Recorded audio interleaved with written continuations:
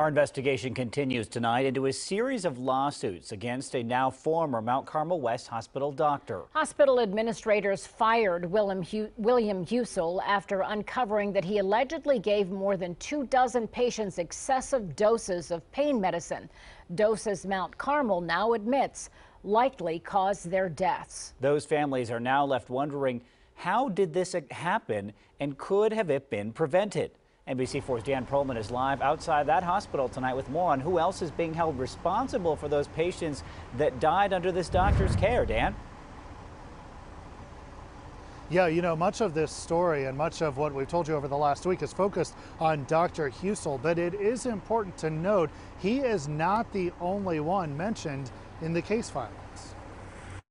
It's been a week in which we've seen 3 wrongful death lawsuits filed so far, with more expected. Dr. William Husel and the Mount Carmel Health System are named in all 3, as are the pharmacists and the nurses accused of filling and administering the deadly doses to their patients. Take the case of Janet Kavanaugh. Her family's attorney tells me she was killed by an excessive dose of fentanyl. He also writes the nurse knew that the ordered dosage of fentanyl was grossly inappropriate, served no therapeutic purpose or function, and would only serve to hasten the termination of Janet Kavanaugh's life.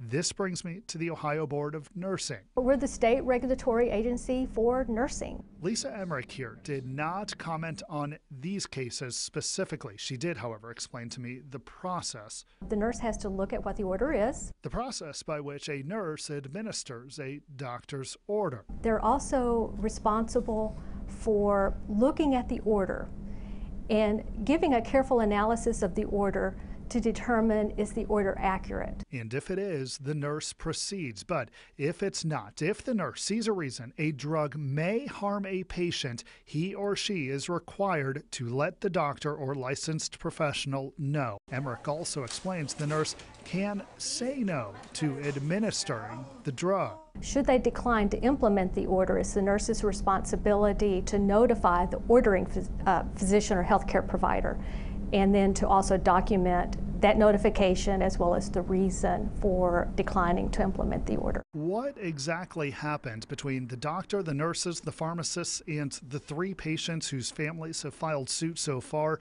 is unclear. But we do know there are safeguards in place to prevent this from ever happening. And it may be a while before we know what exactly did happen here at Mount Carmel. Those are facts, of course, which may come out as the lawsuits and the criminal investigation into all of this proceed. Local for you in Columbus, Dan Perlman, NBC4.